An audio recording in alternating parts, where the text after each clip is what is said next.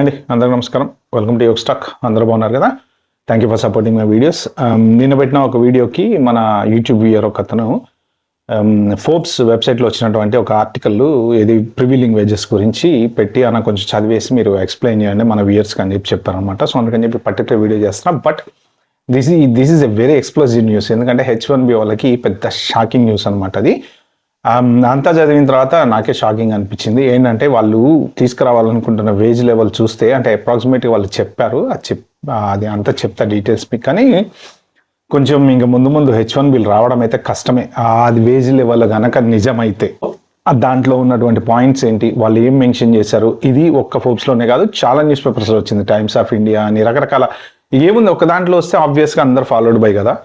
వాళ్ళు ఏం మెన్షన్ చేశారు, అసలు ప్రివీలింగ్ వేజెస్ ఎంత పెడదాం అనుకుంటున్నారు, అప్రాక్సిమేట్లీ లెవెల్ 1 లెవెల్ 2 లెంత్ ఉండొచ్చు, ఇవన్నీ దీంట్లో డిస్కస్ చేసుకుందాం.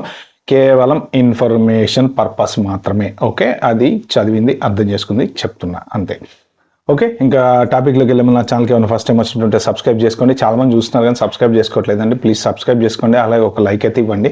ఎవరికైనా షేర్ చేస్తా అంటే చేయండి ప్లీజ్. ఓకే, మన టాపిక్లోకి వెళ్ళిపోతే వాళ్ళు అక్కడ పబ్లిష్ చేసిన మ్యాటర్ ఏంటంటే బేసిక్గా తొందరలో అంటే రేపు అవ్వచ్చు, 1 వీక్ అవ్వచ్చు, తొందరలో వాళ్ళు ప్రివీలింగ్ వేజ్ లెవెల్ అనేది పబ్లిష్ చేస్తాము ఫెడరల్ రిజిస్టర్లో అని చెప్పారనమాట. అంటే ఇప్పటివరకు పబ్లిష్ అవ్వలేదు. బట్ H1B రావాలంటే ఎంత వేజ్ లెవెల్స్ ఉండాలి అనేది వాళ్ళు దాంట్లో చెప్పారు. ఒకటి ఇక్కడ మీరు అర్థం చేసుకోవాల్సింది ఏంటంటే ఇప్పుడు ఈ మ్యాటర్ ఏదైతే నేను చెప్తున్నానో దీనికి నెక్స్ట్ ఇయర్ 2026 లాటరీకి సంబంధం లేదు. ఓకే, ఇప్పుడు మీకు మొన్న 21 సెప్టెంబర్ నుంచి ట్రంప్ 100,000 ప్రొక్లమేషన్ పెట్టారు. ఇనీషియల్గా కన్ఫ్యూజ్ చేశారు, తర్వాత యుఎస్ఏఎస్ వాళ్ళు, డిహెచ్ఎస్ వాళ్ళు అన్ని రకరకాల క్లారిటీలు అయితే వచ్చేసినాయి. ఫైనల్గా వాళ్ళు తేల్చి చెప్పింది ఏంటంటే ఎవరైనా సరే other than staying in United States worldwide ఎక్కడి నుంచి అప్లై చేసినా సరే వాళ్ళకి 100K అప్లికబుల్ H1B అనేది చెప్పారు. ఓకే, అది ప్రొక్లమేషన్. దాని మీద ఆబ్వియస్గా కోర్టు కేసులు అనేవి వేశారు, ఛాంబర్ ఆఫ్ కామర్స్ వాళ్ళకి వేసేసారు, మన కంట్రీకి లాస్ అవుతుంది అన్నారు. అది ఒక పక్క నడుస్తుంది. నెక్స్ట్ ఇక్కడ ఇంపార్టెంట్ మూవ్ వాళ్ళు ఏం తీసుకురాబోతున్నారంటే ప్రివీలింగ్ వేజ్ అనేది మేము ఇంట్రడ్యూస్ చేస్తాము. అంటే H1 ఎవరైనా సరే అప్లై చేయాలి అనుకుంటే వాళ్ళకి ఎంట్రీ లెవెల్ శాలరీ ఇంత అనేది ఉంటుందన్నమాట. ఓకే, ఇది లెవెల్ 1లు, లెవెల్ 2లు, లెవెల్ 3లు, అది ఆ వేజ్ లెవెల్ H1B రూట్ వేరు, ప్రివీలింగ్ వేజ్ రూట్ వేరు.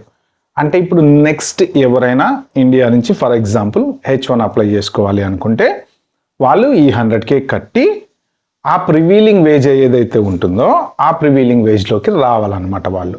సో వీళ్ళు ఆ వేజ్ లెవెల్స్ మార్చడానికి కారణం ఏంటంటే కంపెనీస్ మీద ప్రెషర్ తీసుకురావడానికి, ప్లస్ H1Bని అంత ఈజీగా H1B తెచ్చుకోవటం కష్టతరం చేయటం కోసం చేసినటువంటి రూల్ అనమాట ఇది. సో వీళ్ళు ఫెడరల్ రిజిస్టర్లో పబ్లిష్ చేయబోతున్నారు.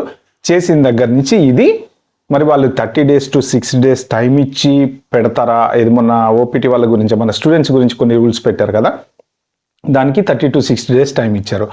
మొన్న H4EAD వాళ్ళని ఏం చేశారు, ఆటోమేటిక్ ఎక్స్టెన్షన్ టక్కున ఫెడరల్ లిస్ట్లో పెట్టేశారు, ఇంకా రేపటి నుంచి అన్నారు అంతే. దానికి 30 to 60 days టైం ఇవ్వలేదు, డిస్కషన్కి పాయింట్స్ ఎవరైనా షేర్ చేసుకోవాలంటే చేసుకోవడానికి ఛాన్స్ ఇవ్వలేదు. సో మరి దీనికి కూడా అలా చేస్తారా అనేది తెలీదు. ఓకే, నాకు అర్థమైన దాని ప్రకారం వాళ్ళు న్యూస్ ఆర్టికల్స్ అన్నీ ఒక 3-4 ఆర్టికల్స్ చదివాను నేను. దాంట్లో రాసింది ఏంటయ్యా అంటే ఇంతకుముందు ట్రంప్ పవర్లో ఉన్నప్పుడు అంటే ఇక దిగిపోవడానికి ముందర ఈ రూల్ తీసుకొచ్చారు కదా వాళ్ళు, వేజ్ బేస్డ్ H1B లెవెల్ తీసుకొద్దామని చెప్పేసి.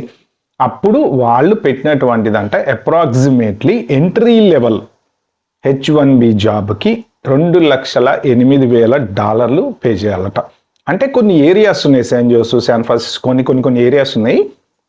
But Los Angeles more or less ఏదైనా కానీ లీస్ట్ 2,08,000 ఎంట్రీ లెవెల్ జాబ్ అంటే లెవెల్ 1. సో ఎవరైనా సరే కంపెనీస్ ఇక్కడి నుంచి H1B స్పాన్సర్ చేయాలి అంటే వాళ్ళు H1B పర్సన్కి $2,08,000 ఇచ్చి అతన్ని స్పాన్సర్ చేయాలి. సో ఒకవేళ ఎవరైనా ఇండియాలో ఉన్న వాళ్ళు కనుక యుఎస్ రావాలి అనుకుంటే $1,00,000 తాంబూలం చదివించుకొని ఆ తాంబూలంతో పాటు ఈ 2,08,000 శాలరీ ప్యాకేజ్ మీద యుఎస్ రావాలన్నమాట.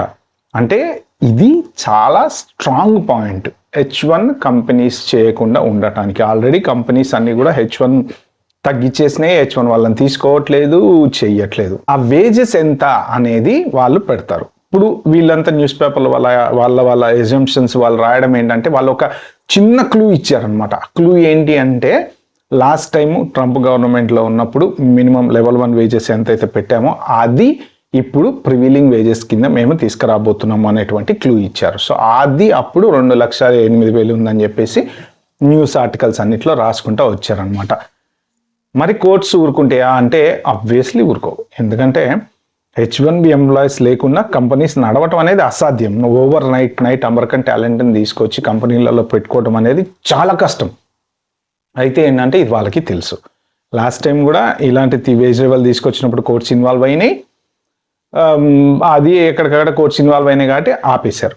సో ఇప్పుడు కూడా కోర్ట్స్ ఇన్వాల్వ్ అవుతాయని నాకు తెలిసి, అంటే న్యూస్ పేపర్స్లో కూడా రాశారు. జనరల్గా వాళ్ళకి తెలుసు.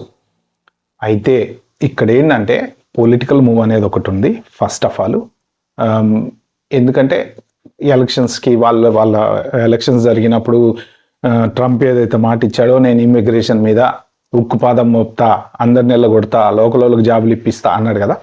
మాట నిలబెట్టుకోవాలి కదా. అంటే లీడర్ అన్నవాడు ఏంటి, మాట నిలబెట్టుకుంటేనే లీడరు, మాట తప్పినోడు లీడర్ కాదు. కాకపోతే ఏంటంటే పొలిటికల్గా కొంతమంది నిలబెట్టుకోరు, బట్ ఇతను నిలబెట్టుకోవడానికి ట్రై చేస్తున్నాడు. అందుకని చెప్పేసి మొన్న జోసెఫ్ ఎడ్లో చెప్పాడు కదా, ఈ H1 ఫ్రాడ్లన్నీ చేస్తామని చెప్పి డిపార్ట్మెంట్ ఆఫ్ లేబర్ వాళ్ళు కూడా వీడియో రిలీజ్ చేశారు. అమెరికన్ డ్రీము, ఎప్పటి నుంచో అమెరికాలో ఉన్నటువంటి వాళ్ళ కళలు ఈ H1 వాళ్ళు వచ్చి తొక్కేశారని అలాగా జరుగుతుంది. సో పొలిటికల్ మోటివేషన్ ఒకటి. నెక్స్ట్ కంపెనీస్కి భయం అనేది క్రియేట్ చేయాలి. అంటే ఇన్ని రూల్స్ తీసుకొస్తున్నారు వీళ్ళు, ఈ రూల్స్ కింద మనం ఇప్పుడు ఈ H1ని తీసుకొని గవర్నమెంట్కి ఎక్స్క్యూజ్ చెప్పుకొని వాడేదో ఇన్వెస్టిగేషన్ వేస్తే ఆ ఇన్వెస్టిగేషన్లో వాళ్ళకి ఆన్సర్ ఇచ్చి పొరపాటు ఏమైనా జరిగిందంటే ఫైన్ కట్టి ఈ తలనొప్పి అంతా ఎందుకు అని వాళ్ళు అనుకుని H1 వాళ్ళని రిక్రూట్ చేసుకోకుండా ఉండటం కోసం. ఓకే, ఇది ప్రెషర్ టాక్టిక్స్ అంటారనమాట వీటిని. ఈ ప్రెషర్ టాక్టిక్స్ అనేది H1 మీద చూపిస్తున్నారు. అయితే ఒక చిన్న లాజిక్ ఏంటంటే ఇప్పుడు ఇది ఎవరెవరికి అప్లికబుల్ అవుతుంది అని అంటే, నాకున్న ఐడియా ప్రకారం నేను చెప్తా, బట్ ఇది మీరు చెక్ చేసుకోండి ఎవరితో నాటానితో. ఇది కనుక రూల్ పబ్లిష్ అవుతే ప్రజెంట్ H1 ఎవరికైతే ఉందో వాళ్ళు సేమ్ కంపెనీలో జాబ్ చేస్తూ, ఒకవేళ వాళ్ళు కనుక H1 ఎక్స్టెన్షన్కి వెళ్తే, అంటే అన్నీ సేమ్, జస్ట్ అయిపోయింది, H1 అయిపోయింది, మళ్ళీ మనం ఎక్స్టెన్షన్ చేసుకున్నాం. సో వాళ్ళకి ఎటువంటి ప్రాబ్లం ఉండదన్నమాట. బట్ H1 అయిపోయింది, కంపెనీ మారుతున్నారు, చేంజ్ ఆఫ్ ఎంప్లాయర్కి వెళ్తున్నారు అంటే, ఒకవేళ ఆ చేంజ్ ఆఫ్ ఎంప్లాయర్ని కనుక వాళ్ళు కొత్త H1 కింద తీసుకుంటే, కన్సిడర్ చేస్తే, అప్పుడు ఇది సేమ్ ప్రివీలింగ్ వేజ్ అప్లికబుల్ అయ్యే ఛాన్స్ ఉంది. నెక్స్ట్ ఎవరికైనా సరే, ఫర్ ఎగ్జాంపుల్ H1 నుంచి మీరు B1లోకి వచ్చారు, B2లోకి వచ్చారు, whatever it is, visit visa pending అప్రూవల్లో ఉంది, ఈలోపు మీ 60 days అయిపోయింది, మీకు జాబ్ రాలేదు, మీ పెండింగ్ అప్రూవల్లో ఉన్నప్పుడు మళ్ళీ మీరు H1కి వెళ్ళారు, వాళ్ళు దాన్ని కనుక కొత్త పిటిషన్ కింద తీసుకుంటే మీకు ఈ ప్రివీలింగ్ వేజ్ అప్లికబుల్ అవుతుంది. అప్పుడు నేను ఒక పవర్ పాయింట్ ప్రజెంటేషన్లో ఎవరెవరికి 100కి అప్లికబుల్ అవుతుందని చెప్పని చూసారా. సో ఇది అందరికీ అలా ఏదైతే 100కి ఎవరికి అప్లికబుల్ అవుతుందో వాళ్ళకి అప్లికబుల్ అవుతుంది. ఒకవేళ ఎవరికైనా కౌన్సిలర్ ప్రాసెసింగ్ పడింది, ఫర్ ఎగ్జాంపుల్ ఇండియా వెళ్ళి స్టాంపింగ్ చేయించుకొని రమ్మన్నారు, సో వాళ్ళు 100K కట్టాల్సిందే. వెనక్కి రావాలంటే ఎట్ ద సేమ్ టైం ప్రివీలింగ్ వేజ్లోకి రావాల్సిందే. అంటే మీ కంపెనీ మీకు 2,08,000 మినిమం శాలరీ ఇవ్వాలన్నమాట. ఎంట్రీ లెవెల్ శాలరీయే 2,08,000 ఉంటే మీకు next level 2, level 3, level 4 next year కనుక వాళ్ళు ఇంట్రడ్యూస్ చేస్తే ఒక్కసారి ఊహించుకోండి మీరు ఎలా ఉంటుందో ఆ శాలరీస్. రఫ్లీ 250 to 300 మధ్య లెవెల్ 2 ఉంటాయి, 300 to 350 లెవెల్ 3 ఉంటుంది, ఇక 400 to 450 లెవెల్ 4 ఉంటుంది అనమాట. అంటే లెవెల్ 4 వాళ్ళకి గనక H1 ఇవ్వాలి అంటే అసలు ఎవరికి H1 రాదు, ఛాన్సే లేదు. 4 లక్షలు ఎవరు ఇస్తారు? ఇక నెక్స్ట్ స్టూడెంట్స్ పరిస్థితి ఏంటి అంటే, ఓపీటీ స్టెమ్ ఓపీటీలో ఉన్నంతకాలం వాళ్ళు సేఫ్. ఒకవేళ ఇదే గనక వేజెస్ అప్లికబుల్ H1Bకి అంటే మాత్రం 99.99% స్టూడెంట్స్ తట్టబుట్ట సర్దుకోవాల్సిందే ఓపీటీ స్టెమ్ ఓపీటీ తర్వాత. ఎందుకంటే ఐఎమ్ సారీ టు సే 2,08,000 ఏ స్టూడెంట్కి ఇస్తారండి వీళ్ళు? 10 years 15 years ఎక్స్పీరియన్స్ ఉన్నటువంటి వాళ్ళకి ఇచ్చేటువంటి వేజెస్ యూనివర్సిటీలోంచి బయటకు వచ్చిన స్టూడెంట్కి 2,08,000 ఇవ్వాలంటే no way, highly impossible. Comparative the actual శాలరీస్తో కంపేర్ చేస్తే ఇప్పుడు ఈ వేజెస్ వచ్చేసి న్యూస్ పేపర్లలో వాళ్ళు రాసింది ఏంటంటే 40% హైకు, 50% హైకు, 70% హైకు అలా రాస్తున్నారనమాట. అంటే ఇది ఏంటంటే ఖచ్చితంగా ఇంకా H1B వాడికి జాబ్ రాకూడదు అన్న ఉద్దేశంతో పెట్టేటువంటి రూల్ లాగా కనిపిస్తుంది తప్ప మెయిన్ అంటే ఎవరైనా చూడు, మొన్న ఆయన ఫ్లోరిడా గవర్నర్ కూడా చెప్పారు కదా H1B వాళ్ళు ఎందుకు మన దగ్గర లేరా టాలెంట్ అని. వాళ్ళకి అర్థమైపోయిందండి H1Bలో జరిగిన డ్రామాలు. మనోళ్ళని రిక్రూట్ చేసుకుంటున్నారు, వాళ్ళని రానికుండా లోపల అంతా తీసేసుకుంటున్నారు. వాళ్ళు ఎన్ని ఫ్రాడ్ ఇన్వెస్టిగేషన్ చేస్తారు తెలుసా? చాలా ఉన్నాయి. మీరు గూగుల్లోకి వెళ్ళి చూడండి, లేకపోతే ChatGPTలోకి వెళ్ళి అడగండి. 15-20 రకాల ఫ్రాడ్ డిటెక్షన్ చేశారు వాళ్ళు. అందుకని చెప్పేసి ఇంత సీరియస్గా తీసుకున్నారు. సో రివీలింగ్ వేజ్ గనక ఫెడరల్ రిజిస్టర్లో పబ్లిష్ అయ్యి ఇమ్మీడియట్ స్టార్ట్ అంటే ఇంకా నెక్స్ట్ ఎవరైతే H1 అప్లై చేసుకుంటారో వాళ్ళకి మేబీ అప్లికబుల్ అయ్యే ఛాన్సెస్, అంటే change of employers, extensions amendments కాదు కానీ చేంజ్ ఆఫ్ ఎంప్లాయర్స్, కొత్త H1 వాళ్ళు. ఇక ఇండియా నుంచి అమెరికా వచ్చి 2 లక్షలు ఇండియాలో ఉండేవాడికి ఎవరు ఇస్తారండి శాలరీ? సో కాబట్టి అది మాత్రం డెఫినెట్గా గడ్డు కాలమే. చూద్దాం. మనం మళ్ళీ ఏముంది, ఆబ్వియస్గా కోర్టులు ఉంటాయి, వాళ్ళు కేసులు వేస్తూనే ఉంటారు, అవి నడుస్తూనే ఉంటాయి. ఏం జరుగుతుందో తెలియదు కానీ బట్ నెక్స్ట్ ఇయర్ కూడా ఏదో ఎలక్షన్స్ ఉన్నట్టున్నాయి కదా 2026లో. సో ఏంటంటే మళ్ళీ ఆ ఎలక్షన్స్లో పోటీ చేయాలన్నా, లేకపోతే వాళ్ళు ఎవరన్నా ఇప్పుడు 4 ఎవరో మళ్ళీ పోటీ చేస్తుంటున్నారు కదా, ఎక్కడి నుంచో పోటీ చేయడం కదా, రీఎలక్షన్ ఏదో సంథింగ్ జరుగుతున్నట్టుంది కదా.